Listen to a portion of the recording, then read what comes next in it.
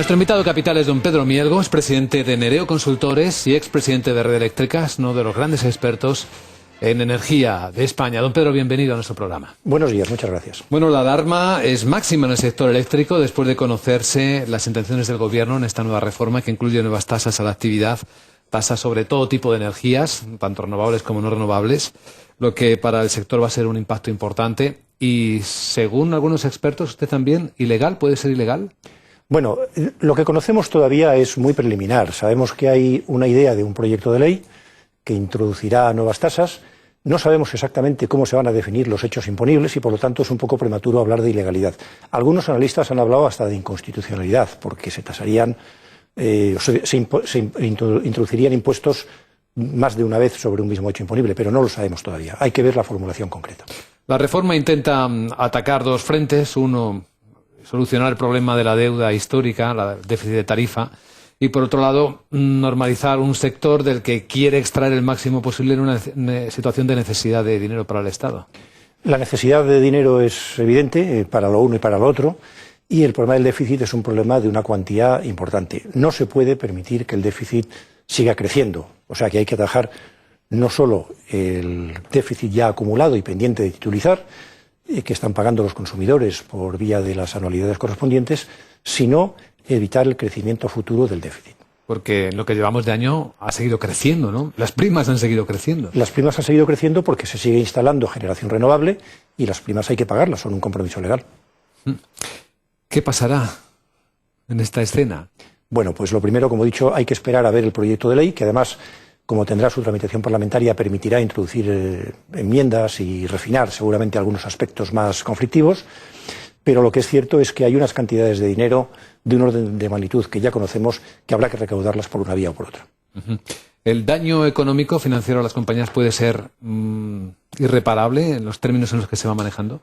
Bueno, yo no diría que un daño es irreparable. Puede ser importante el impacto sobre los beneficios de las empresas, sobre todo en aquella parte de esas nuevas tasas que no se puedan trasladar al precio, que, como he dicho antes, también hay que ver cuál es la formulación concreta desde el punto de vista fiscal para valorar la parte absorbible y la parte no absorbible. Pero habrá un impacto importante.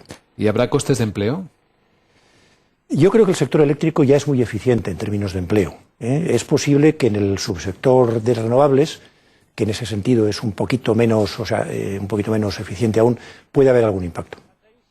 Y hay otro asunto de fondo no menos importante, que es el de la financiación de la actividad eléctrica. Son empresas que siempre han necesitado de apalancamiento, de créditos, y con el país, con esta prima de riesgo y en unas circunstancias de beneficios inferiores, pueden tener más problemas, ¿no? Qué duda cabe. Yo creo que el sector eléctrico, como todos los sectores intensivos en capital, necesita el recurso a los mercados de una forma o de otra, pues de manera permanente, y toda esta situación está teniendo un impacto sobre el coste de la financiación, lo cual se traslada también a los resultados de las compañías. Del otro lado, los consumidores, la actividad económica va a salir perdiendo sí o sí, ¿no? Van a elevarse los precios. Los precios hay que suponer que por una vía o por otra se van a elevar, aunque la intención de en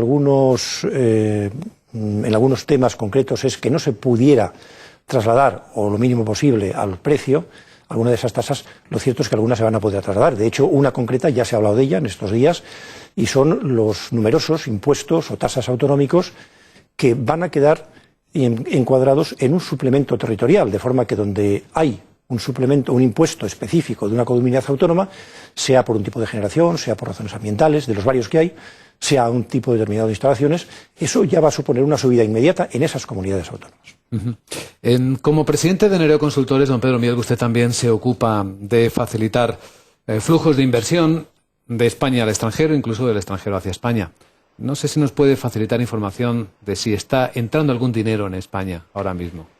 Bueno, yo creo que si miramos las transacciones recientes de fondos de inversión en España, lo que vemos es que hay una entrada que está en niveles bajos, como los del año pasado, los del año anterior, pero no mucho más bajos. Es decir, que se empieza a ver un estancamiento y previsiblemente eso sea la antesala de una recuperación de la inversión. ¿Un fondo? Un fondo. España está barata, por así decirlo. Se pueden hacer inversiones en la fórmula de las compras, se pueden comprar cosas a buen precio en España, naturalmente sabiendo muy bien lo que uno quiere comprar, pero yo creo que lo que hay que esperar en un año o dos es que pueda haber proyectos de inversión nuevos, de nueva planta. Eso sería lo que la economía española necesita. Imagino que se ve más claramente el dinero que sí sale de España, ¿no?, para invertir fuera. Bueno, hay muchas economías que están mejor que la española y donde hay magníficas oportunidades para invertir. Y hay mucho dinero que está yendo fuera.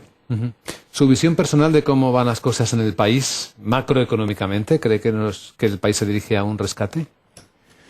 Pues en esto hay que hablar siempre de probabilidades. Yo creo que profetizar es muy difícil y sobre todo si se refiere al futuro, como decía un economista famoso. Pero yo creo que hay unas probabilidades importantes. No diría que las decisiones están tomadas, porque todavía quedan muchas cosas por ver, pero hay una probabilidad razonable y alta de que sí haya un rescate.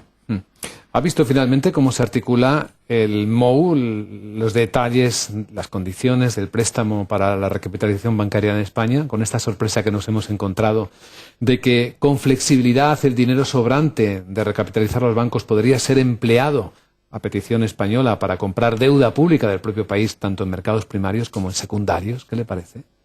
Pues hombre, me parece que no es lo que esperaban los mercados y los economistas que mejores opiniones han dado sobre el asunto. Yo creo que habría otras fórmulas. Me parece algo inesperado y que vamos a ver qué efectos tiene. Esperamos que no sean efectos negativos. Don Pedro Mielgo, presidente de Nereo Consultores y expresidente de Red Eléctrica de España, nuestro invitado capital. Gracias, don Pedro, y muy buenos días. Muchas gracias.